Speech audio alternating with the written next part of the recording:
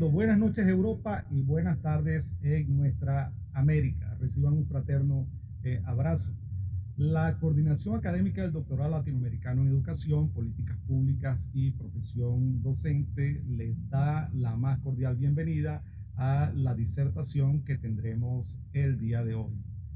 Agradecemos, por supuesto, la conexión que ya vemos que han realizado algunos amigos desde España, Colombia, Brasil. Hay unos amigos que están conectados desde Brasil.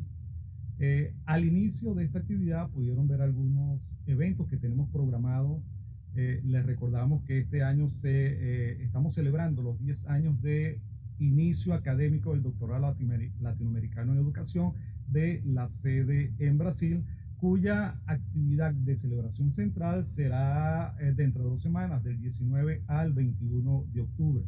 Y ellos tienen, por supuesto, un interesante programa. Y estas actividades son parte también de la celebración de nuestros hermanos de Brasil.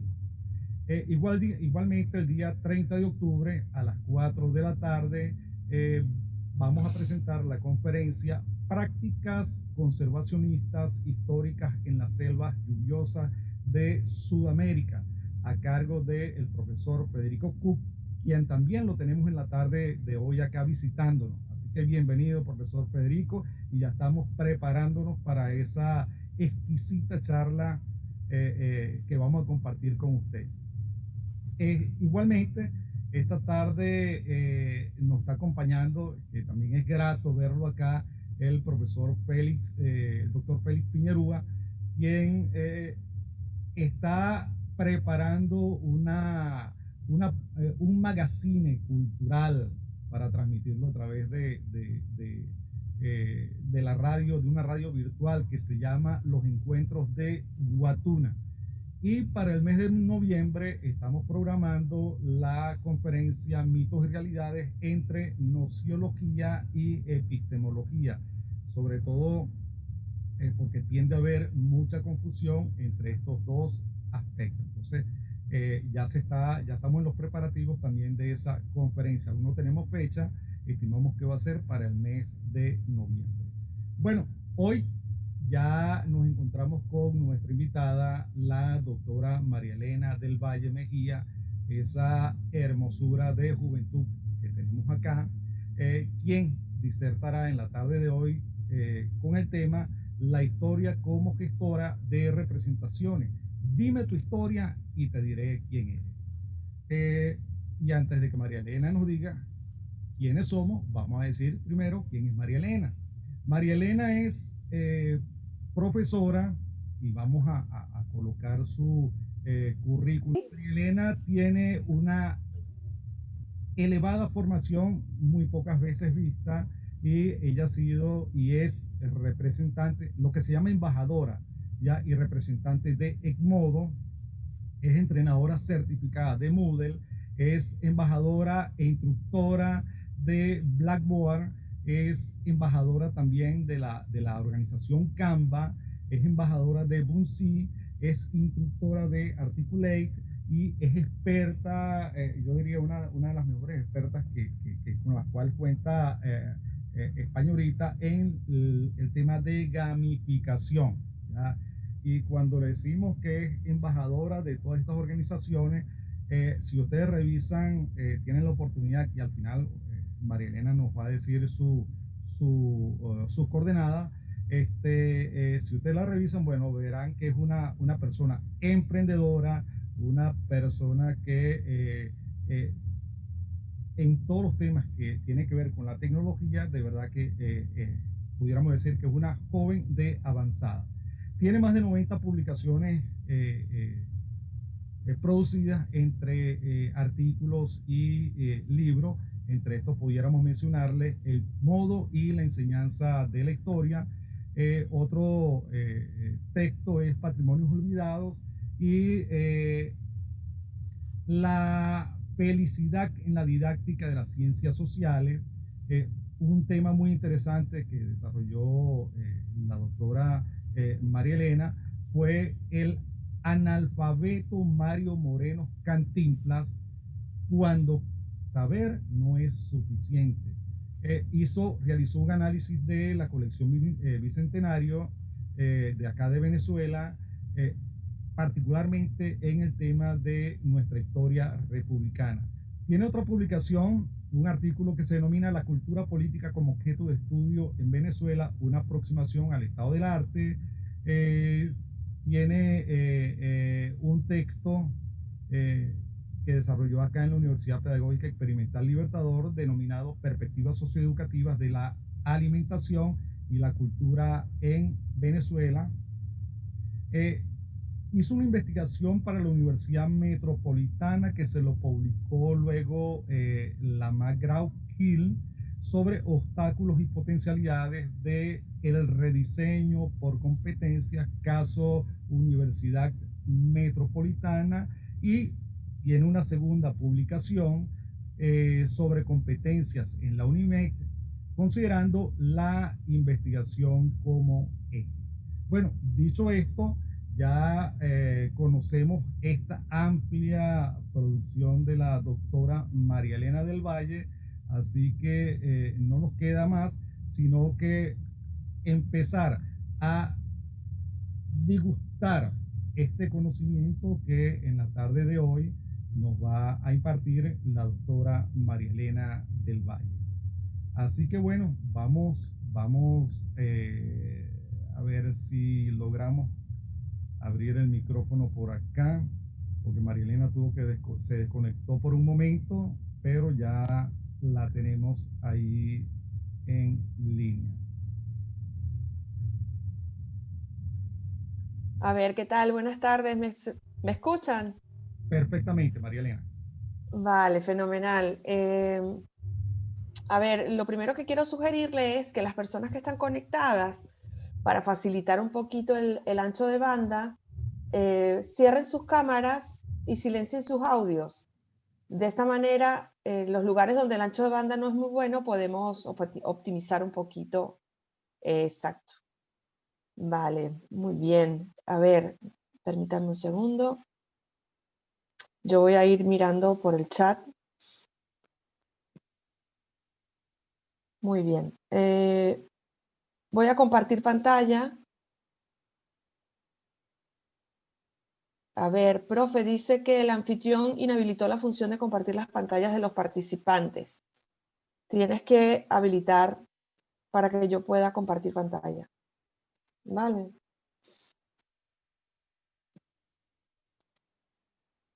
¿Me oyes? Sí, te escucho perfectamente y ya te Vale. coloqué como coanfitriona. Vale, perfecto, perfecto. Muy bien. Ok, ahora sí puedo.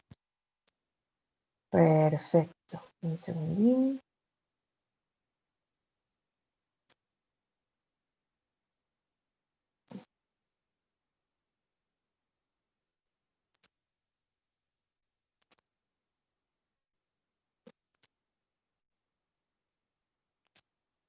Un segundo, que aparentemente se me ha cerrado aquí la presentación, pero mientras lo hago, mientras voy abriendo la presentación, pues agradecer bueno, abrumadora la presentación que hace el profesor José Peña de mi persona. La verdad que me parece no merecer, me parece que no merezco yo pues tanta descripción, ¿no? Para mí, ¿se ve? ¿Se ve mi pantalla? Sí, perfecto. Permítanme, voy a abrirla completa. Correcto. Muy bien, pues en primer lugar, queridos compañeros, yo estoy viendo ahora mismo en línea, bueno, primero al profesor José Peña, luego a mi compañera y amiga, la doctora María Magdalena Ziegler, a la doctora Nancy Barreto. Ahora mismo está entrando a la sala Eleonora Nieves Croes, la doctora Eleonora Nieves Croes. Pues para mí esto, me van a disculpar que me emocione un poco, pero es muy importante poder estar con ustedes, así sea de esta manera, a distancia. Ya el profe ha leído un poquito de mi devenir académico, pero yo creo que lo más importante y de lo que me siento más orgullosa es de ser venezolana, de ser la hija de la profesora Nancy del Valle, mi madre, y de ser upelista. Eso es lo que me llena de más orgullo, eh, y de lo que me siento más satisfecha en la vida. Hoy en la tarde, pues bueno, noche aquí en Madrid, donde yo me encuentro, pues voy a presentarles unas reflexiones que espero sirvan de ayuda para esa suerte de noria en la que muchas veces uno se encuentra cuando está haciendo el doctorado, ¿no? Empieza uno a revisar en un ir y venir reticular por qué pensamos lo que pensamos, por qué las ideas se dan como se dan, por qué la realidad es como es y no como nosotros quisiéramos que fuera. Yo creo que las teorías, que es de lo que un poco vamos a hablar hoy, son esa luz en el camino. Las teorías son esa especie de carta que nos permite explicar por qué las cosas son de una manera y no de otra. La teoría ayuda al ser humano a tener un sentimiento de certidumbre, a sentir que en cierta medida las cosas son explicables y predecibles, y nos ayudan a mirar al pasado con un sentimiento un poquito alejado de la incoherencia, ¿no? Encontrar una dirección, encontrar un porqué para el estado de cosas en el que vivimos, ¿no? Eso es una ayuda, efectivamente, es una ayuda, nos ayuda a sentirnos que no estamos en el aire, comprendiendo nuestro entorno, pero en algunos casos puede constituirse en armaduras epistémicas que no nos permitan salir adelante o nos condicionen para comprender la vida de alguna manera en particular. Como ya el profe Peña, el profesor José Peña, gran amigo, al que le mando un abrazo fraternal de muchísimo respeto, un hombre sencillo, trabajador, riguroso, de una amabilidad exquisita para con nosotros, los que hace más de 15 años ganamos concurso de oposición en la UPEL, pues me invitó a dictar esta conferencia en la que yo espero desde mi parcela, desde mi cercado, como lo diría Marc Bloch,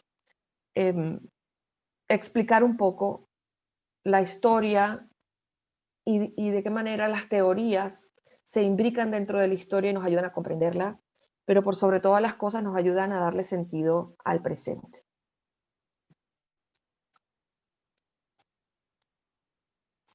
Muy bien, permítanme un segundito para moverme aquí. La estructura en la que he planteado hacer esta breve conversación con ustedes tiene 4 partes. La primera, esta introducción que estoy haciendo ahora mismo. Luego vamos a hacer un paneo controlado, no quiero que se preocupen, no se va a volver esto una clase de filosofía de la historia eterna, pero sí un poco hacer una suerte de revisión de las diferentes teorías que han intentado explicar el pasado de la humanidad. Luego haremos un breve análisis del sentido que puede tener el generar teorías sobre el pasado y de qué manera estas teorías pueden arrojar luces sobre el futuro. Y por último, unas reflexiones finales.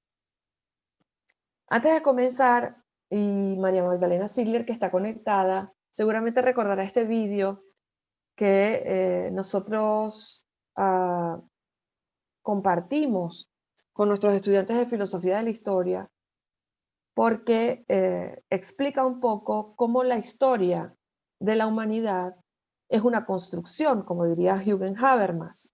Es una verdad construida por consenso.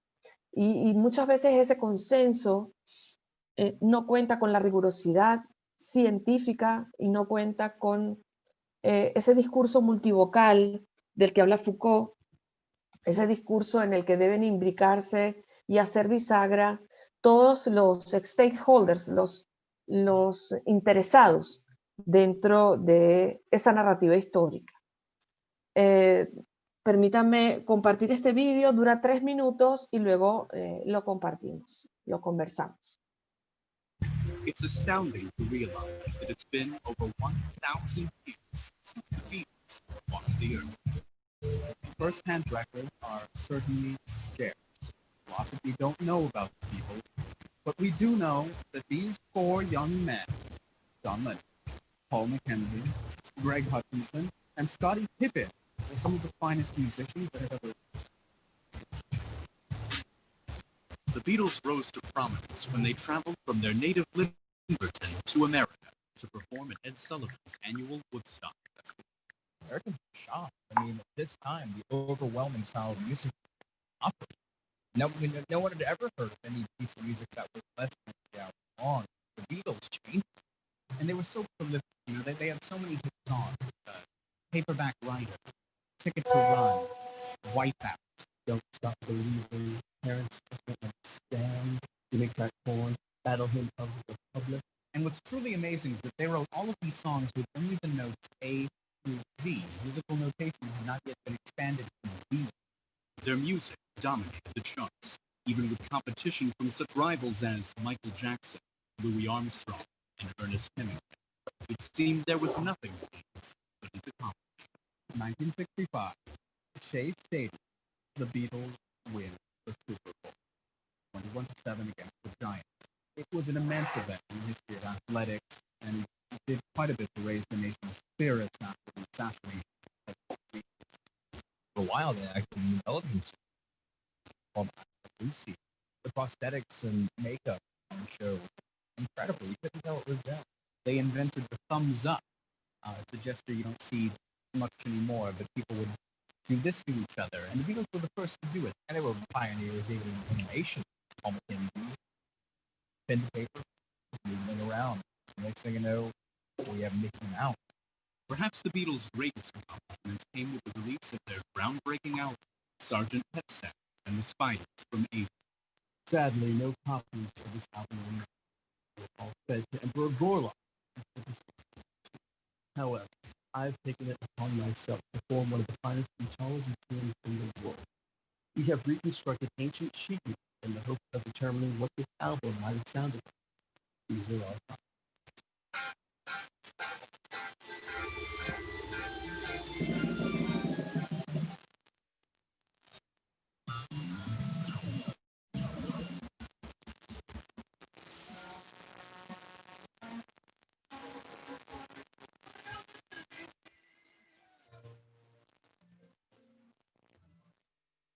Soon after the album, rumors began to circulate the Beatles would break up.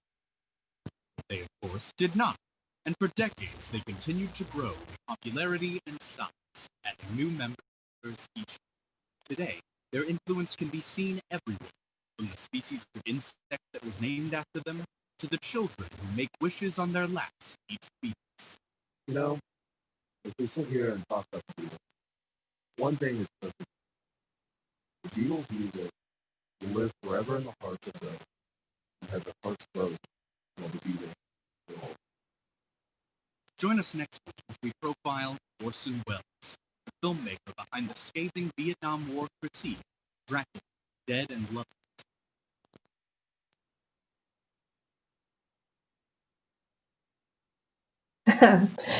A ver, pues bueno, espero que hayan podido escuchar el audio y ver con claridad las imágenes de este vídeo que les he compartido.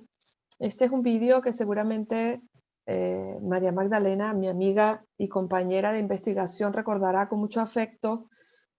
Era un vídeo que utilizábamos para explicarles a nuestros estudiantes ese concepto de la historia como construcción, de la historia como como colcha de retazos que en algunos casos puede llegar a convertirse en una narrativa que dé sentido a ciertas cosas, en mitos fundacionales que da sentido y que justifican ciertas cosas y que además nos permiten sentirnos cómodos con ese pasado, que nos dan una razón para estar orgullosos. No importa si ese pasado dice que hemos ganado el Super Bowl cuando no ha sido así, o si inventamos el thumb up, el pulgar hacia arriba, como lo dice en este vídeo que acabamos de ver. La fuente, el historiador, el contexto, las instituciones, pues hacen que la construcción de un discurso histórico responda a más de un stakeholder, a más de un interesado, a más de un actor. Y en esta misma medida, cuando como historiadores o como analistas del pasado miramos hacia atrás, muchas veces en esa interpretación del pasado encontraremos que esas fuentes han sido manipuladas, que esa fuente tal vez ha sido abordada con poca rigurosidad, siendo ingenuos y asumiendo que no existe una ideología detrás de esa construcción del pasado. Y creo que este vídeo pues sirve para un poco ilustrar cómo la construcción del pasado es perfectamente aleatoria y a veces caprichosa. ¿Tenemos nosotros maneras de verificarlo? Pues sí, algunas. Pero al final del día será, como Habermas afirma, una construcción a la que se llegará por consenso o por consenso de las élites y de las mayorías. Con este vídeo como contexto, y te pido, profe, que por el WhatsApp que te tengo abierto acá, porque he abierto la pantalla completa y no veo el chat, me digas cuánto tiempo me va quedando para no extenderme demasiado. Hay una fotografía del Instituto Pedagógico de Miranda José Manuel Ciso Martínez, ese lugar en donde por muchos años estuve haciendo investigación, acompañada por ti, profe, acompañada por muchos de los que hoy están en línea.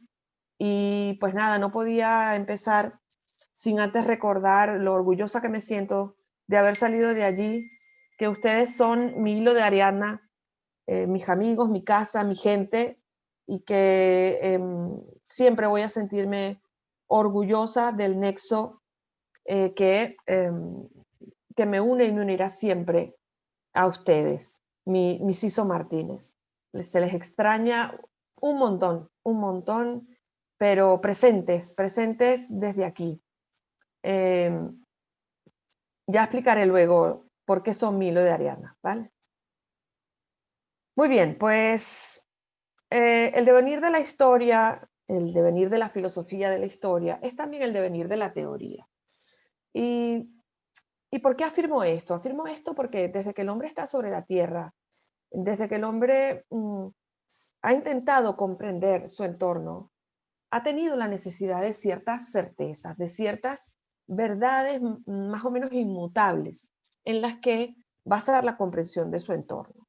Esto, desde el punto de vista de la filosofía de la historia, pues ha sido una práctica común, en principio, no solamente por aquellas personas que eran netamente historiadores, sino en muchísimos casos eran filósofos, eran matemáticos, eran sencillamente hombres pensantes, no historiadores per se, que intentaban dar una comprensión del entorno, del pasado, con la idea de permitir que esa comprensión del pasado arrojara luces sobre el futuro. De esta manera, cuando vemos el pasado de la filosofía de la historia, el pasado de las teorías en general, encontraremos que son muchos los pensadores, encontraremos que son muchos los historiadores, los filósofos, que han dejado un testimonio escrito, un testimonio que además, estando escrito, ha permitido ser recuperado y revalorizado por generaciones posteriores.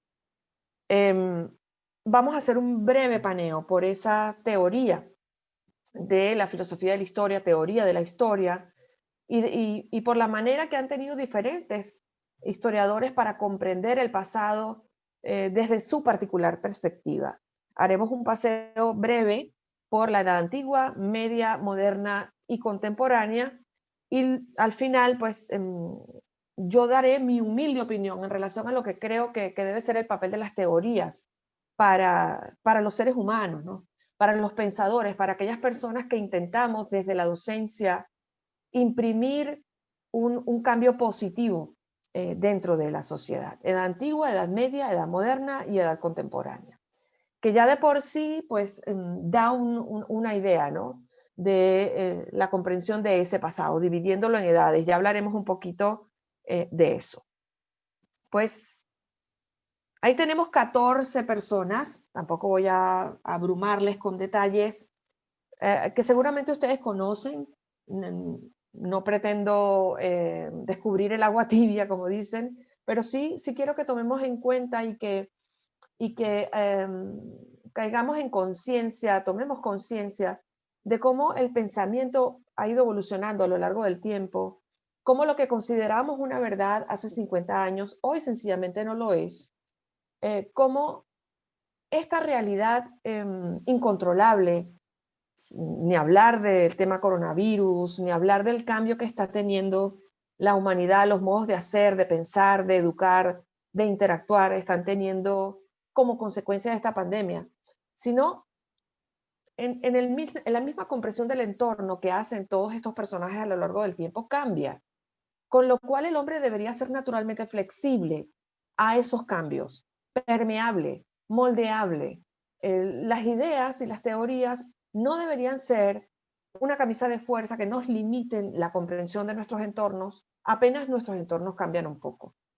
Si algo han demostrado todos los personajes de los que les voy a hablar muy brevemente, es justamente esa capacidad, esa flexibilidad funcional de la que hablaría Dewey, para entender que el pasado no es necesariamente como nos lo han contado y el futuro no tiene que ser como nos lo han hecho asumir, sino que nosotros podemos justamente tomar de la teoría aquellos elementos para la comprensión, para la racionalización del entorno y utilizarlos como herramientas para la comprensión del presente y la construcción de un futuro distinto. Heródoto, pues Heródoto es, haciendo filosofía de la historia e historia de la filosofía, pues uno de los primeros de los que tenemos conciencia que va haciendo una reconstrucción del pasado en sus 9 libros de historia. Unos 9 libros de historia que encontraremos como denominador común una visión teocrática, sobrenatural de la historia, en la que el hombre va a ser controlado, influido por los elementos de la naturaleza. En sus 9 libros de historia, él va contando el devenir de la humanidad hasta ese momento y lo hace con este velo de comprensión un poco desde arriba, postura de gárgola del hombre, que no es del todo dueño de lo que le ocurre y que se deja influir y que es controlado por las grandes fuerzas de la naturaleza.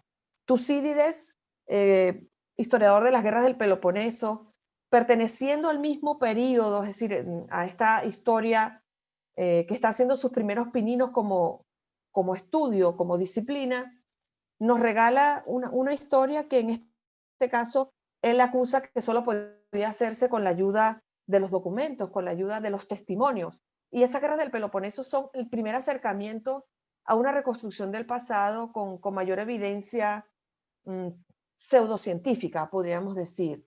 Hay muchos otros representantes en la historia de la filosofía y la filosofía de la historia en la antigüedad. Sin embargo, creo, y no sé si coincidirán conmigo los colegas historiadores que están conectados, en que son estos dos grandes baluartes o tótem del pensamiento histórico de la antigüedad, ¿no? Que dentro de que están en un mismo periodo histórico tienen dos visiones distintas de la reconstrucción de ese pasado. Luego tenemos en la Edad Media pues, a Santo Tomás y a San Agustín, dos santos, como bien su nombre lo indica, que permeado por esta visión religiosa, como consecuencia, por supuesto, del empoderamiento de la religión en los estadios de poder de prácticamente el mundo conocido, o al mundo al menos del cual se estaba haciendo historia, del mundo historizable, van a entender la historia como ese lienzo en el que el hombre de Dios, el hombre de fe, va viéndose imbuido dentro de diferentes conflictos y los va resolviendo gracias a la presencia de Dios en la humanidad.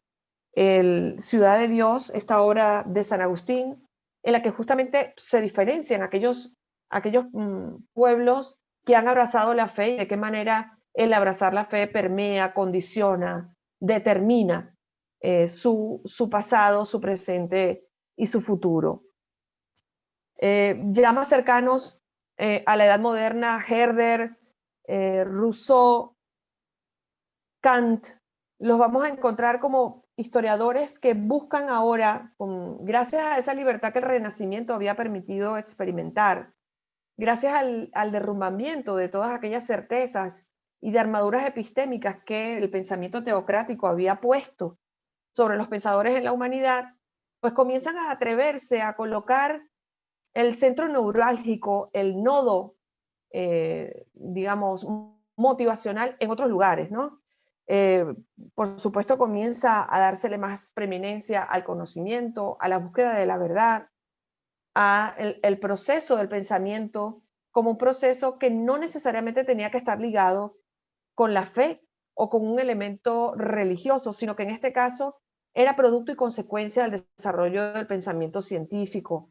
Y es así como llega Kant a escribir este hermosísimo ensayo, ¿qué es que ser el Lumière? ¿Qué es la ilustración? En el que explica justamente cómo la ilustración tiene que ver con la apertura del pensamiento al cuestionamiento, a la búsqueda de la verdad, a la práctica del pensamiento científico, no solamente porque responda a una metodología específica, sino porque busca la consideración de verdades más o menos mesurables dentro de nuestro entorno, como individuos dentro de la sociedad. Llega Comte y Comte, gracias a la instauración del positivismo como escuela, va a permear de manera muy, muy positiva y de manera muy, digamos, determinante la visión de la historia y del pasado a través del establecimiento de su teoría del positivismo. Un positivismo que no solamente va a permitir el desarrollo de las ciencias fácticas, de las ciencias duras, sino que también va a bañar a la historia, se va a meter en el cercado de la historia y va a provocar que los historiadores a partir de ese momento comiencen a considerar historia no un relato mitológico, no un mito fundacional, no una leyenda, no una historia no verificable, no una historia hermosa, conmovedora, pero sin rigurosidad científica, sino que ahora el péndulo de la verdad va a volverse hacia la creación necesaria y urgente de verdades verificables, ¿no? Entonces, el positivismo establece que puede considerarse historia pues solamente aquello que es demostrable y mostrable a través de evidencias empíricas, de evidencias científicas. Y en este sentido, pues surge una visión específica de la historia que todavía hoy muchos historiadores y pensadores siguen utilizando. Una historia que responde, por ejemplo, a la periodización, que responde a una visión específica de aquellos hechos que si son registrados existen históricamente, pero que si no han sido efectivamente registrados y comprobados, sencillamente son invisibles para la historia de la humanidad. Pues esto dejaba por fuera, desde esta perspectiva, a todos aquellos pueblos que no tenían voz, que no tenían posibilidad de dar una historia escrita, que no tenían posibilidad de escribir desde la teoría, pero además una teoría que solo las élites pueden llegar a dejar plasmado en los grandes libros de historia, enmudecidos dentro del pasado de la humanidad. Se separa el estudio del pasado a través de los estudios de Jeffrey Barraclough en las famosas edades, edad antigua, edad media, edad moderna y edad contemporánea. Se colocan hitos en los cuales se asume que con este hito ubicado en un momento cronológico concreto, comienzan y terminan ciertos procesos cognitivos, sociales, culturales, políticos. Y sabemos, quienes formamos parte de la escuela de los anales como comprensión del pasado y del presente, que mirar la historia desde esta visión un poco parcelaria, de estanco, pues trajo posteriormente muchísimos problemas, puesto que la historia no es una tarta que picamos en pedazos y está desvinculada un proceso con el otro, ni hay procesos que terminan con una fecha y procesos que comienzan con una fecha, ¿no? Son los procesos de continuidad y discontinuidad de los que habla Germán Carrera Damas, que no se pueden cortar en el pasado ni en el presente, obviamente. Luego encontramos estos monstruos, Hegel, Marx, Engels, que van a echar una luz diferente, un matiz diferente dentro de la comprensión del pasado, diciendo que es la lucha de clases lo que va a ser el motor de la humanidad, y que aquellas condiciones y cambios que se van a dar en esa noria de la historia se dan justamente por las contradicciones económicas, por la lucha de clases, por el acceso dentro de esa estructura y superestructura a las posiciones de poder de los grupos en las diferentes sociedades, ¿no? Pues obviamente ese marxismo lanzó una explicación sobre el pasado y el presente, generando teorías y visiones de la realidad que hoy vemos preconizados en partidos políticos, en presidentes, en maneras de ver el presente y el futuro.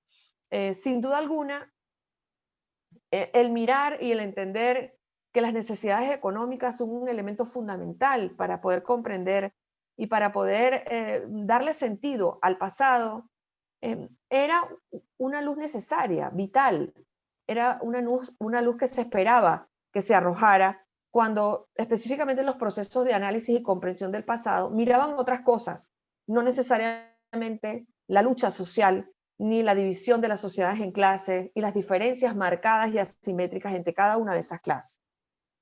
Posteriormente, pues surge una nueva vuelta de rosca dentro de la comprensión del pasado cuando viene toda esta gente maravillosa de la Escuela de los Anales, Fernand Braudel, Marc Bloch, Lucien Febvre. En el caso de Fernand Braudel, pues toda la historia que se va a mirar ahora desde otra perspectiva. Para ellos, la historia necesariamente tiene que verse desde un enfoque transdisciplinar, transversal. Los problemas no son solamente económicos, los problemas son también políticos, son culturales. En el caso de Marc Bloch, su texto, yo diría que su texto más exquisito e importante, por lo menos desde mi perspectiva de introducción al estudio de la historia, pues plantea eso justamente, que el hombre no se puede dividir en edades, que el hombre es un devenir, el hombre es un continuo, que tiene que ser comprendido justamente dentro de esa condición de movilidad y de constante cambio. Del mismo modo, pues, Lucien Febvre, Fernand Braudel, y ya más cercano a nosotros, pues, los abordajes teóricos de Luis González y González, o en nuestro caso, Venezuela, Aristides Medina Rubio, Germán Carrera Damas, historiadores que, teniendo profundas diferencias dentro de su abordaje metodológico de la historia, hacen una mirada mucho más holística del fenómeno, en el que buscan no solamente una sola explicación para el cambio dentro de la historia, sino que justamente van buscando la comprensión de un fenómeno en su totalidad, en la medida en que eso es posible. Pues obviamente la comprensión de la totalidad es un poco utópica, porque siempre se dejará algún agente o algún stakeholder, algún interesado por fuera, pero por lo menos el intentar una visión más global de los acontecimientos es lo que busca la historia de los anales, ¿no? Interrogar el documento no solamente como un documento que, si no tiene una rigurosidad científica desde el punto de vista tradicional, no puede ser considerado como fuente, sino también otras fuentes, y nos encontramos entonces pues con Peter Burke y otros historiadores ya más contemporáneos que dicen que el cine, que la correspondencia, que inclusive las redes sociales pueden ser considerados como soportes del pasado histórico, del presente histórico de las civilizaciones. Pues, ¿qué nos enseña todo esto? Nos enseña que cuando miramos al pasado y dependiendo de la formación histórica, dependiendo de la formación política, ideológica de cada uno de los pensadores, cada uno de ellos va a darle a la historia una interpretación y sobre ella va a generar teoría. Va a utilizar específicamente metáforas que permitan esa comprensión hermenéutica del entorno, ¿no? La historia se convierte en metáfora porque es ponernos desde otro lugar, como dice, es decir, investir a una realidad de un simbolismo con orígenes en otra realidad. La teoría se constituye en ese espacio al que yo miro para tratar de entender por qué soy como soy. En algunos casos esto se hace a través de un mito religioso, y tenemos, por ejemplo, el caso del mito fundacional de la civilización griega, o tenemos el mito fundacional de Bolívar para nosotros los venezolanos, o tenemos el mito fundacional en el que se atribuye poderes y demasiada preeminencia a personajes, protagonismo a héroes que efectivamente no lo han tenido, pero que desde el punto de vista hermenéutico nos permiten un mito, una leyenda de la cual sentirnos orgullosos cuando miramos hacia atrás. Esa teoría pues suena hermoso, suena inspirador, pero en algunos casos puede constituirse un elemento castrante porque si la historia depende de un mito fundacional, si la historia depende de un héroe, si la historia depende de un prócer con su charretera, con su peto lleno de medallas, ganados en diferentes batallas, y en este contexto actual no existe un personaje parecido, desde esta perspectiva estaríamos sentados cada uno en nuestro entorno esperando que surja este héroe, que en todo caso no seremos ninguno de nosotros. El problema con los mitos fundacionales y el problema con estas metáforas y interpretaciones del pasado es que pueden llegar a castrar el protagonismo que cada individuo debe tener dentro de su propia sociedad, dentro de su propia historia. Esta metáfora en la que se constituye la historia puede también llegar a construirse en teoría. Seguramente quienes me oyen, que están cursando el doctorado con el profesor José Peña, estarán haciendo este paralelismo en otros órdenes, porque en otros órdenes también encontramos cómo la teoría puede abrazar la comprensión de la realidad y no desde el punto de vista de constituirse en un paraguas que nos permite su comprensión, sino que la abraza, la constriñe y la ahoga. Es decir, nos va colocando una camisa de fuerza en la que si no comprendemos la realidad desde esa teoría, sencillamente no puede ser comprendida. Entonces, cuando miramos al pasado y vemos ese devenir desde Heródoto hasta los representantes de la Escuela de los Anales y los historiadores latinoamericanos, veremos un montón de gente tratando de generar teoría, de comprender ese pasado y de arrojar luces sobre lo que viene en el futuro. El peligro es que justamente esa teoría se constituya en una suerte de gringola, ¿no? o de binocular que no nos permita ver toda la visión en su conjunto, sino que nos haga detenernos solamente en algunos aspectos de la comprensión de la realidad.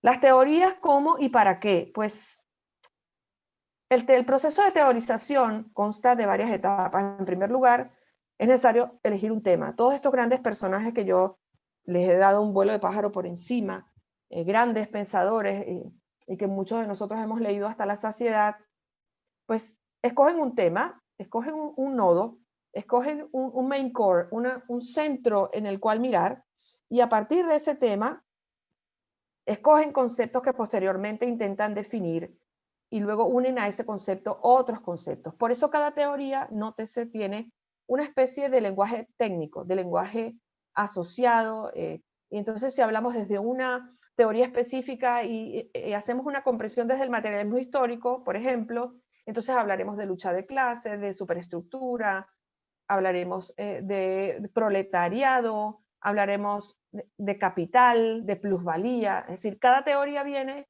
con una mochila de conceptos que nos permiten comprender la realidad desde esa teoría. Se van construyendo entonces dispositivos heurísticos, analogías, metáforas, tipologías que nos permiten desde esa teoría comprender el entorno. Y así como lo vemos en la historia, que es justamente mi parcela o el espacio desde el que yo en este momento les estoy hablando, pues eso ocurre en todos lados, ocurre en todas las áreas del saber, ocurre en pedagogía, y entonces desde el constructivismo también tenemos una gringola que nos permite ver las cosas de alguna forma, o desde el conectivismo, o el cognitivismo, o el conductismo. Es decir, cada uno de ellos va generando su propio lenguaje, sus propias herramientas, y el problema está en que se va volviendo como una suerte de lenguaje o de idioma único, ¿no? Al final del día estamos todos en una especie de torre de Babel, hablando diferentes idiomas, todos ocupándonos de lo mismo, pero sin tener la capacidad de comprendernos, sin tener la capacidad de interactuar y de compartir conocimientos los unos con los otros. Entonces, las teorías en la historia, ¿qué son para mí? Pues las teorías contienen la historia, la contienen, la interpretan. Es como una especie de plantilla que yo puedo correrle al pasado e intentar comprenderlo de alguna manera en particular. Las teorías en la educación, las teorías sociales, de las representaciones sociales, las teorías en lingüística, y así pues que cada uno en su área de conocimiento. ¿Qué son las teorías? Pues una mochila que viene con una cantidad de herramientas, una caja de herramientas a la que se refería Wittgenstein, en la que yo saco pues mis constructos, mis conceptos, mis maneras de comprender el pasado. Son contenedores de lo que nos ha ocurrido, las teorías, pero estas no pueden asumirse como permanentes, no pueden asumirse como permanentes. Creo que es fundamental para quienes están estudiando el doctorado, pero para todos en nuestra vida, ser capaces de manejar y gestionar la incertidumbre, saber que hoy tengo una realidad, pero que esta realidad puede que cambie mañana, y que el hecho de que cambie mañana no me hace ni menor, ni mayor, ni más importante, ni menos importante, sino que justamente en esa flexibilidad funcional de la que habla Dewey se va a medir mi inteligencia. Bien decía Piaget, la inteligencia es adaptación. Entiéndaseme bien, no se trata de que uno sea una veleta teórica, una veleta ideológica, que nos vamos moviendo según la realidad va cambiando, pero tener esa capacidad para entender que una teoría no es necesariamente una sentencia permanente es fundamental, ¿no? Entender que el plano cronológico se mueve y nosotros debemos movernos con ese plano cronológico, ¿no? En tercer lugar, asumir que la teoría no es aséptica de ideología. La teoría viene con un entramado, una malla detrás, delante y en el medio. Es decir, cuando se lanzan teorías, todas las teorías vienen con una ideología que las acompaña. ¿Y esto qué quiere decir? Pues que no son desinteresadas, que la teoría viene con un batallón de personas, de gente, de actividades, de intereses detrás. Y así hay que verlas, hay que entenderlas como piezas dentro de un tablero de ajedrez. Las teorías se van moviendo y se van siendo utilizadas dependiendo de la ideología que predomine en ese momento. Así veremos y podemos poner ejemplos múltiples, ¿no? En el ámbito educativo, cómo iban cambiando las políticas públicas, cómo, por ejemplo, se pasa de un tipo de enseñanza a otro, cómo se le da preeminencia a una teoría o a otra dentro de la currícula en un determinado país, y cómo esto está alineado con la política y con la ideología imperante en ese específico momento histórico, ¿no? Entonces, asumir la teoría como eso, como una ayuda que ayuda precisamente a explicar el entorno, pero que no lo determina y que tampoco lo condiciona, es para mí, es mi humilde opinión como estudiosa de la historia, como maestra de historia, lo más importante. Cuando nos aproximamos a la teoría, mirarla como eso, como una especie de receta, de ayuda para la interpretación del pasado, para la interpretación del presente, para su comprensión, pero no necesariamente para la determinación de lo que viene. Muy bien, no sé cómo voy de tiempo. Profe, dime si estoy bien, porque ahora lo que voy a hacer es compartirles este texto con el que pienso cerrar mi participación, para que si hay preguntas me las puedan hacer y podamos conversar un poquitín. Les voy a compartir este texto. Recuerdan que al inicio de mi conferencia yo les hablaba de que Venezuela y y el Ciso Martínez, mi casa de estudio era mi hilo de Ariadna. Pues a esto me refiero. Voy a contarles un poquito a qué me refiero con eso. Este es un texto que fue publicado para presentar un libro de historia, el apartado de historia en los textos de niños, me parece que era 4º o 5º grado. Y cuando se me invitó a escribir esto, se me dijo, bueno, profe, trata de escribir un texto en el que se pueda justificar para un niño, para un adolescente, un preadolescente, por qué tiene que estudiar la historia, qué sentido tiene, por qué es importante estudiar el pasado, ¿no? Bueno, pues aquí va. Cuenta la antigua leyenda que tras perder la ciudad de Atenas, una guerra contra el rey Minos, se le impuso como tributo el envío cada 9 años de 7 doncellas y 7 dónceles, destinados a ser devorados por el Minotauro, un monstruo terrible, temible, con cuerpo de hombre y cabeza de toro, confinado en los insondables refugios de un laberinto. Cuando debía cumplirse por tercera vez tan humillante obligación, el hermoso Teseo, con el consentimiento, aunque de mal grado de su padre, el rey Egeo, se hizo designar como uno de los 7 jóvenes con el propósito de dar muerte al Minotauro y acabar así con el periódico sacrificio y liberar a los atenienses de la tiranía de Minos. Ariadna, una hermosísima mujer que se había enamorado de él y desde hacía mucho le había entregado por completo su corazón. En la terrible disyuntiva de respetar el deseo de su amado y el miedo paralizante de perderlo, Ariadna pensó en una brillante alternativa. Entregó a su amado un carrete enorme de hilo y le pidió que cuando iniciara su búsqueda dentro del laberinto, donde se había confinado al temible Minotauro y en el que él debería emprender su búsqueda para matarlo, dejara en sus amorosas manos un extremo de ese hilo. No importa lo largo del recorrido, ella no dejaría escapar de sus manos ese hilo y con fuerza y decisión lo sostendría hasta su regreso. Teseo venció, luego de la encarnizada lucha, al Minotauro, y al intentar volver, en más de una ocasión la duda y el desconcierto distrajeron su búsqueda del camino de regreso. Fue allí cuando el hilo de Ariadna, su amada, le enseñó el camino hacia su origen. Volviendo sobre sus pasos y guiado por el amor de Ariadna, se fue dejando llevar por ese hilo que le permitió al final encontrar su origen, su lugar, su casa. Siempre me piden explicar la importancia de la historia y su enseñanza, y siempre que lo hacen recuerdo esta hermosa leyenda. La historia se me antoja ese hilo que desde el amor de nuestros antepasados nos dice de dónde venimos y hacia dónde vamos, hacia dónde debemos ir. ¿Cómo podía saber Teseo el camino de regreso a su origen si Ariadna no hubiese depositado en sus manos el hilo de su recuerdo? ¿Cómo puedo saber a dónde voy si no sé de dónde vengo? La historia de mi país, la historia de mi familia, la historia de mi escuela, es el hilo de Ariadna que une mis recuerdos y hace uno el pasado con el presente. El ayer de mis viejos con mi hoy, que une lo eterno del pasado con lo efímero del presente. Los aborígenes, Colón, Simón Bolívar, mi ciudad, mi barrio, mi álbum familiar, le dan sentido como el hilo de Ariadna a lo que soy. Me recuerdan de dónde vengo y me dicen a dónde ir. Las cosas tienen valor para mí, la plaza de mi ciudad, un cuadro, un reloj, una fotografía, por el recuerdo que en ellos se captura. Si no conozco ese recuerdo y lo hago mío, el hilo de Ariadna se habrá roto y no sabré de dónde vengo ni cómo volver. La historia, la memoria, el valor de lo pasado es la garantía de un futuro con dirección.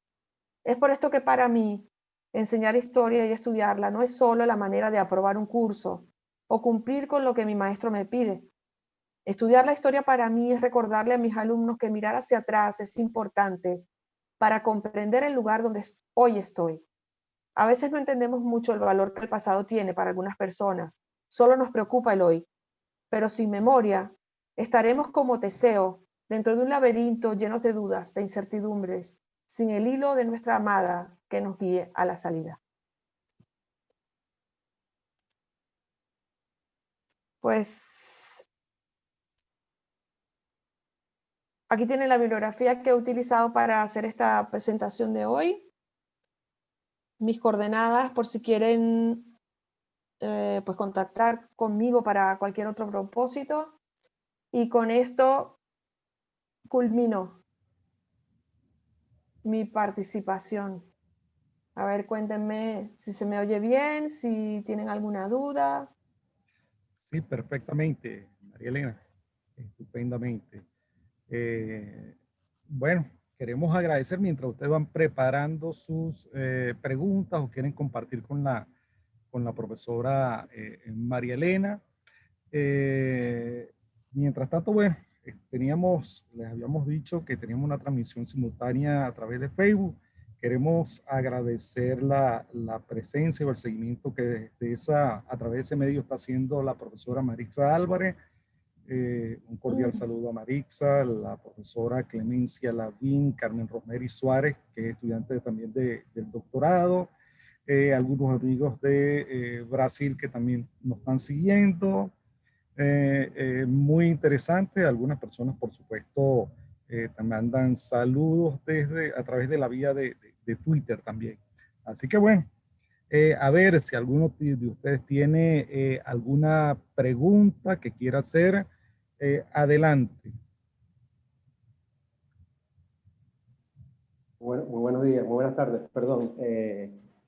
María Elena, muy agradecido primero y de verdad una extraordinaria presentación, me motiva muchísimo, de hecho tomé nota de las ideas fundamentales. Quería referirme específicamente al tema de los mitos fundacionales y específicamente, por supuesto, de esa historia pues contada por los grupos de poder, contada por los ganadores que hacías referencia hace un rato, ¿no? Y específicamente estaba pensando, por supuesto, en nuestro caso venezolano, el uso de la imanología o de la imagen de nuestros próceres en función, por supuesto, a los intereses políticos del momento.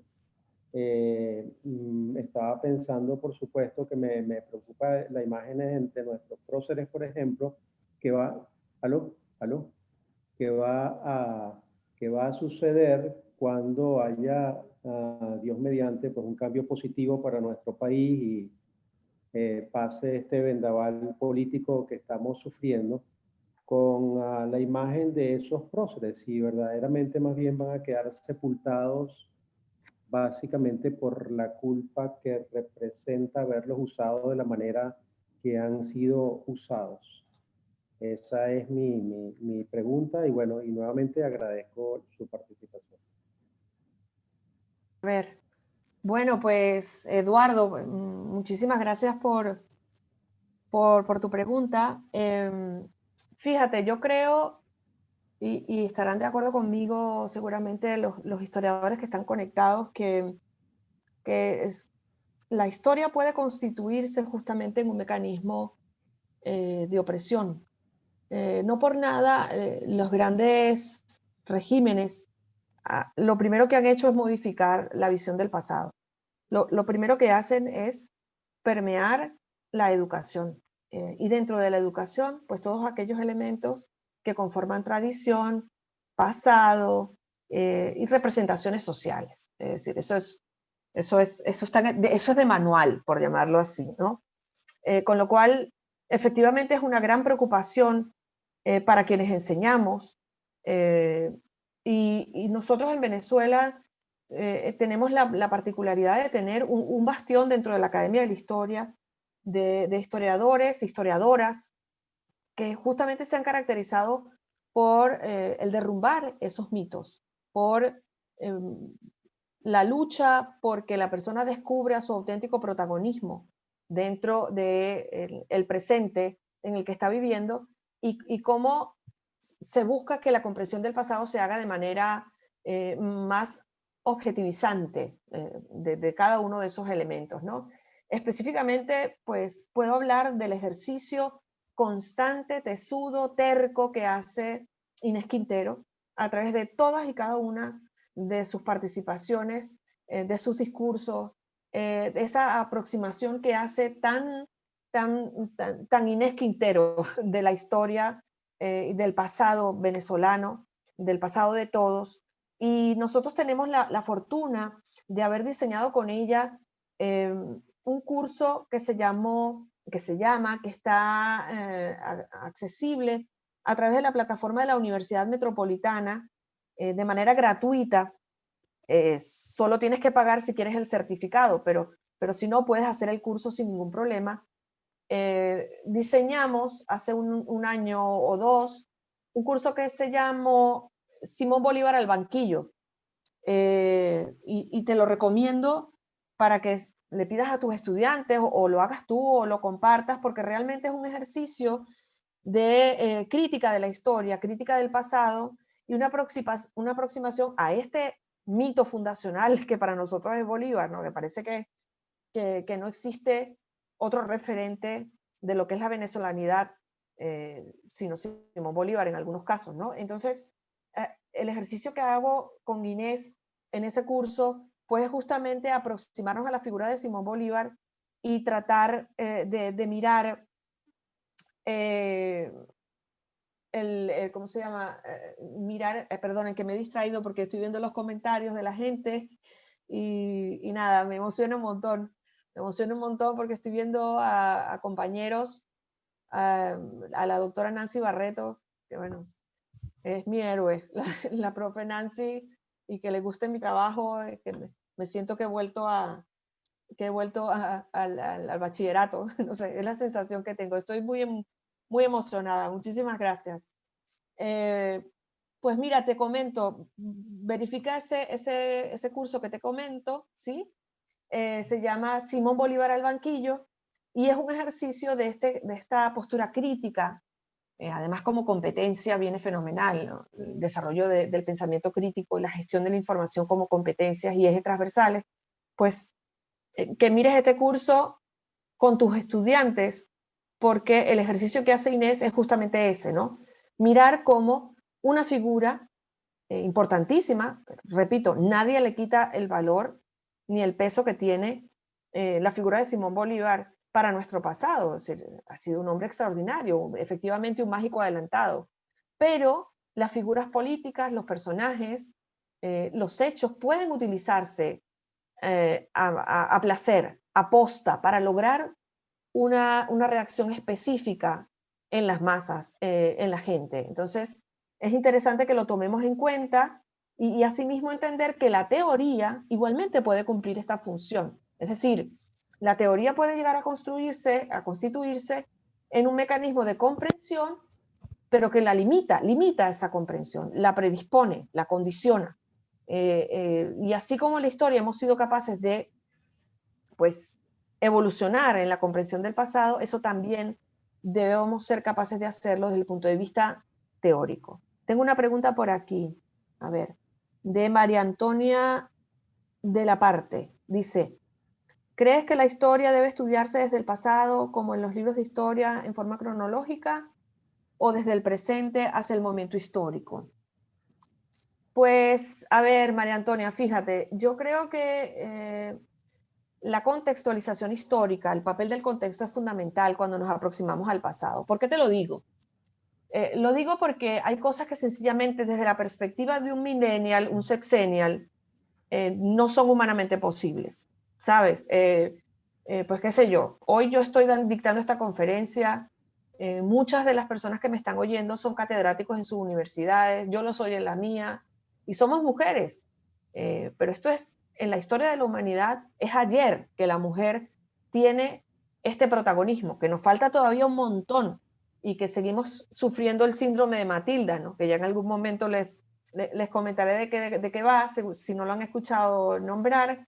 Pues comprender la postura de una mujer en el siglo XIII o en el siglo XIX o en el siglo XVIII desde la perspectiva actual puede ser un poco complicado. Es decir, el papel de la contextualización es fundamental, con lo cual, efectivamente, lo que sí podemos hacer es mirar el pasado con las herramientas del presente, con esa caja de herramientas de la que habla Wittgenstein, que son constructos, métodos, técnicas y estrategias que nos permiten mirar hacia el pasado, pero el papel del contexto, si lo perdemos de vista, podemos hacer que no se comprenda efectivamente el hecho en toda su magnitud, ¿sí?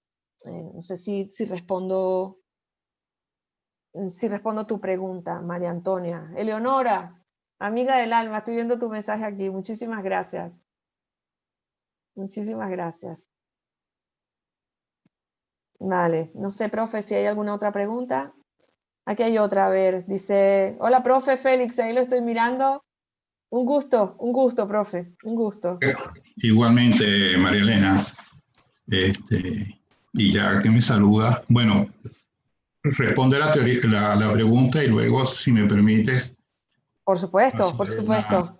El doctor Gerardo Serrano Díaz dice, doctora, buenas tardes, ¿cómo ha estado? Como usted dice, hay que derrumbar los mitos fundacionales, ya que el ser humano es arte y parte de la historia. Como usted lo sabe mejor que yo, es histórico por ser quien la vive, construye y registra. También el sujetismo en extremo la manipula. Efectivamente, así es. A ver, no quiero que se me entienda como una especie de terrorista de la historia. Yo creo que efectivamente todos necesitamos una leyenda, un mito al que mirar, ¿no? A ver, yo creo que nos pasa en la vida cotidiana cuando nuestros padres no están, cuando tenemos personas maravillosas que ya no están con nosotros, uno tiende a mitificarlas. Uno tiende a quedarse solo con las cosas buenas de la gente, porque esas cosas buenas de la gente son las que nos dan paz, nos permiten sentirnos en una zona de confort, de comodidad y nos hacen sentir orgullo. Es decir, la memoria selectiva es humana. La memoria selectiva, el mirar hacia el pasado y quedarnos con aquello que nos hace sentir bien, lo hacemos todos los días. Cuando las personas ya no están con nosotros, las idealizamos y no nos quedamos con sus defectos, sino solo con sus virtudes. Yo creo que un poco con el pasado pasa eso. Miramos hacia atrás e intentamos quedarnos con aquellas cosas, o al menos es una corriente de la historia, intenta quedarse solo con aquellos momentos de luz del pasado de los pueblos, y resulta que no, que la historia está llena de luces y de sombras, y que asumirla justamente como esa construcción, como esa fusión de múltiples arquetipos, de disyuntivas, de laberintos internos, es parte de la vida misma, y así tiene que ser comprendida, ¿no? Sin esperar ser perfecto. Con lo cual sí, el ser humano es arte y parte de la historia. En la medida en que lo asumimos de esa forma, cambiamos el presente. Es la única manera. José Alejandro dice, muchas gracias. Usted nos da una herramienta extraordinaria con la historia para el desarrollo de teorías. Muchísimas gracias, José Alejandro. Y, además, a ver, Nancy, la profe Nancy, a ver, ¿cómo moverse en el plano cronológico de las teorías sin caer en modas que pudieran desestimar descubrimientos o conocimientos precedentes? Pues si bien existen cambios evolutivos en las teorías, las posturas teóricas consolidadas sustentan los centros. Efectivamente, profe. A ver, yo también coincido en que hay temas que se van volviendo trending topic. No sé si me explico, ¿no? Hay teorías que se ponen de moda y entonces hubo un momento, hace unos, qué sé yo, 8 o 10 años, en los que la formación en competencias se puso de moda. Entonces todas las universidades empezaron a decir vamos a formar en competencias y y resulta que el personal docente, resulta que la currícula, que los mecanismos de evaluación, que inclusive los paradigmas que estaban ya sedimentados en la cabeza de los profes, nadie los había cambiado. Sencillamente pensamos que con cambiar la etiqueta de un proceso, ya el proceso cambia en sí mismo. Entonces yo efectivamente creo, como dice la doctora Barreto, que hay basamentos teóricos y verdades o herramientas de pensamiento que no caducan, que están allí para ayudarnos a comprender el por qué las cosas son como son. Y que lo demás, pues son efectivamente versiones o compotas, pudiéramos llamarlo así, procesados de aquellas teorías que ya existían. Y entonces hoy lo que llamamos, por ejemplo, pues neoconstructivismo, pues no es nada más que lo que nosotros hemos estudiado siempre, como esas posturas que buscan el involucrar al estudiante dentro de su proceso formativo. Efectivamente es así. Los paradigmas, yo creo que las grandes verdades y las teorías son unas pocas, 4 o 5, y luego las demás lo que hacen es un remake, una versión ayornada, actualizada de esa misma teoría con algunas adaptaciones. A ver, creo que no veo ninguna otra pregunta por aquí. Sí, Dime, sí, profe. A ver, con mucho respeto, ante todo, muchas gracias por tu excelente conferencia, muy ilustrativa, muy nutritiva, y me voy a tomar de tu respuesta en relación a esos elementos de sombra que existen en la historia, ¿no?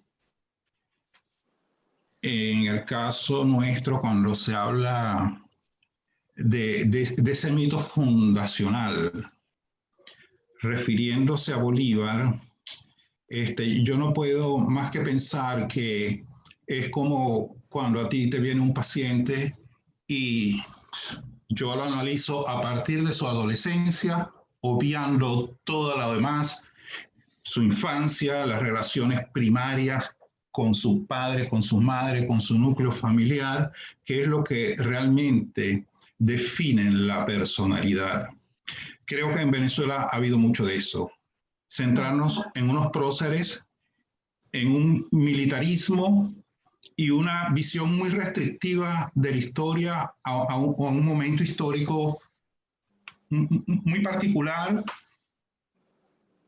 que se ha hecho muy significativo, pero que realmente, a mi manera de ver, no debería serlo tanto porque nos ha marcado de una manera negativa. En tu larga cronología, actualmente, bueno, no actualmente, no soy historiador, debo pedir disculpas, no conozco mucho el tema, pero sí tuve la oportunidad de acercarme a una corriente que es relativamente nueva, que es la historia cultural. La historia cultural no analiza los grandes hechos, analiza esos pequeños hechos que impactan al individuo en su desarrollo, que impactan al individuo en el día a día, un poco esa historia regional que bueno, sí, a partir del ciclo de verano se está desarrollando, ¿no? Entonces, yo llamaría a esa reflexión a los venezolanos que estamos en esto, a gran parte de los latinoamericanos que también nos pasa lo mismo, salvo marcadas excepciones como México, Perú, que tienen muy buenas escuelas de historia donde procuran ver todo el continuo y no se limitan a un momento histórico como es el momento de la lucha civil, porque básicamente fue una lucha civil que se realizó en teoría en contra de España.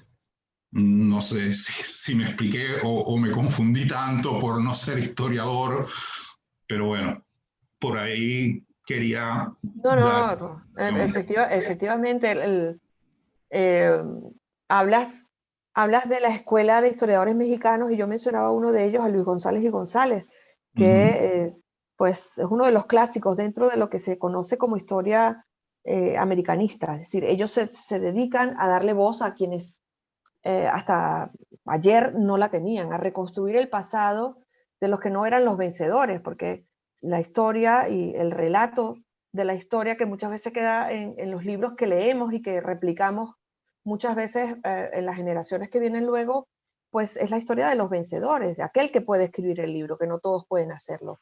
Y Luis González y González reconstruye, rescata justamente ese pasado. Pero en el caso venezolano, pues tenemos a Arístides Medina Rubio, que digamos uno de los grandes desarrolladores de la historia regional, entre muchos otros, Manuel Carrero, profe de nuestra universidad, pues qué sé yo, ahora mismo a la cabeza me vienen un montón de nombres, pero sí, el pasado está teniendo ahora un refrescamiento que pasa justamente por entender que esa visión de la realidad forma parte de nuestro pasado. Es decir, Venezuela es Simón Bolívar, Venezuela es la batalla de Carabobo, Venezuela es aquellos momentos tan importantes de nuestro pasado, pero lo que hay que revisar es la dependencia para la interpretación de nuestro presente y nuestro futuro, en la que se han apoyado muchas personas para poder legitimar sus modelos específicos de acciones en la vida, ¿no? Sus acciones políticas. Para eso la historia no fue construida ni hecha. La historia no está hecha para ser una herramienta de control, y muchas veces se utiliza así para controlar, para hacer proselitismo, para limitar el pensamiento crítico de las personas, ¿no? Entonces, si eso es lo que vemos, si es lo que vemos en nuestro entorno, pues todos estamos llamados a revelarnos a eso, a ver, fíjate lo que pienso, yo creo que si estamos en una discusión, en un aula de clase, y como parte de la discusión fundamentada, discusión basada en fuentes verificadas, el alumno termina llegando a una conclusión que no es la mía, pues no pasa nada. La idea no es hacer pulso ideológico y hacer que el estudiante piense lo que yo quiero que piense. Lo importante es que piense, eso es lo importante. Porque en la medida en que yo lo habilito para realizar procesos cognitivos profundos, en esa misma medida, ya lo demás será su responsabilidad como ciudadano. El que se vaya acercando y alejando de diferentes teorías, las vaya deslegitimando o legitimando. Eso es parte de la libertad de pensamiento.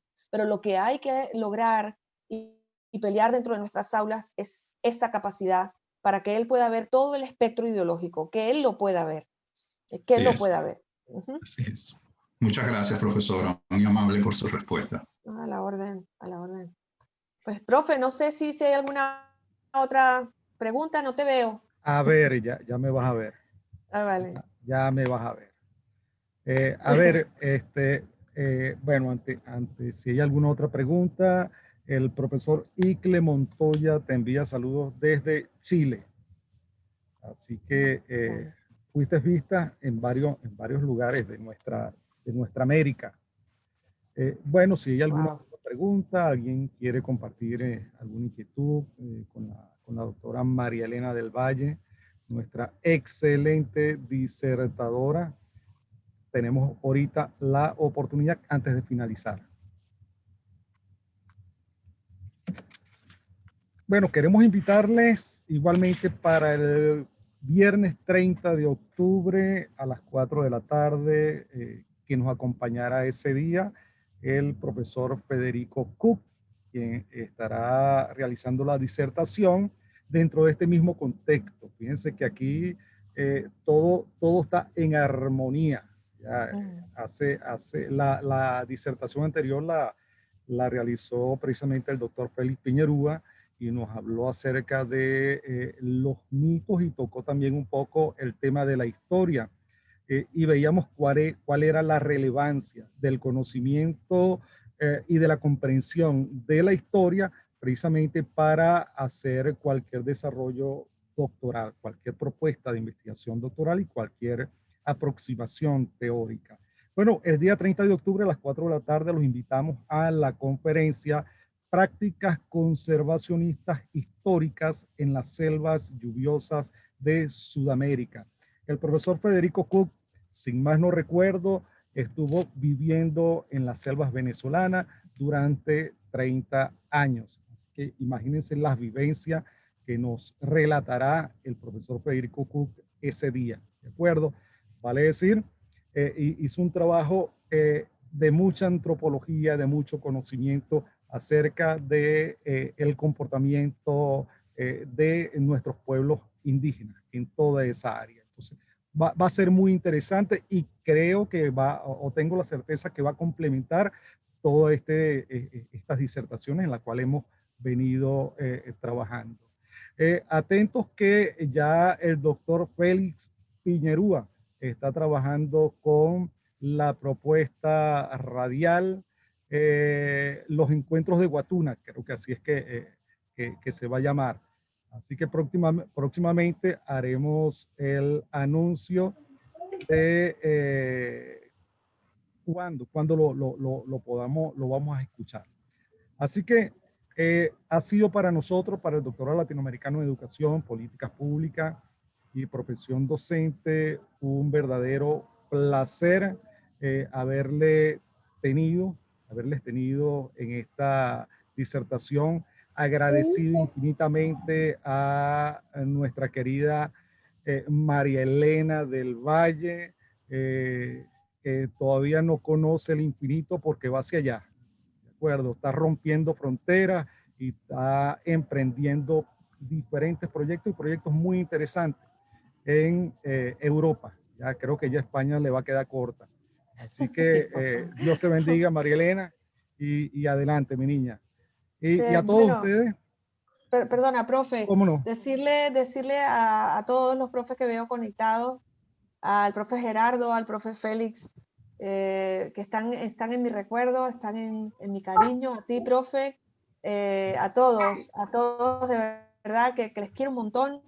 La cita de la Torre de Babel, me está preguntando a uno de los asistentes que si la idea de la Torre de Babel era mía. No sé si se refiere a esa cita o a cuál. No, Eduardo a ver, Caballero. tú hiciste una cita, me pareció muy interesante, que dice que cada teoría tiene lenguaje, que cada teoría viene con una mochila de conceptos que nos permiten de esa teoría pues entender el entorno. O sea que por eso hay un lenguaje para el constructivismo, para el conectivismo, para el conductismo, y que todos generan su lenguaje único. Y mencionabas de que es posible que cada uno estemos, por eso estemos en una Torre Babel, donde hablamos diferentes idiomas, pero sin posibilidad de entendernos. Me pareció muy, muy interesante. Por eso privadamente te preguntaba si No. es Eso una es cita mío. que... Eso es mío, eso es mío. Maravilloso. Si lo tienes escrito en algún lado, te ruego que Vale. me lo hagas Pues, llegar. Yo te mando a través del Dr. Peña el contacto. Con muchísimo gusto, profe. Bueno, el profe José Peña sabe, lo sabe el profesor Ernesto de la Cruz, lo sabe el profesor Albino Rojas, que yo estoy aquí, estoy en España, estoy trabajando para la Universidad Complutense, soy profe de la Universidad de Vigo y estoy en muchísimos proyectos educativos, pero proyectos en los que si estoy yo, está la UPEL también, están ustedes conmigo. Yo no olvido, mi hilo de Ariana son ustedes son mi hilo de Ariana, mi país, mis afectos, mi Ávila, mi ciudad. Así que donde yo estoy, y no son palabras solamente, donde yo estoy, están ustedes. Así que mis coordenadas, pues el profe las tiene, mi correo electrónico, mi página de LinkedIn, en lo que yo les pueda ser útil, en la medida en que yo pueda apoyar, pues aquí estoy. Estoy lejos, pero no estoy ausente. Sigo aportando en la medida que puedo a mi país, al que espero algún día poder volver, si Dios lo permite.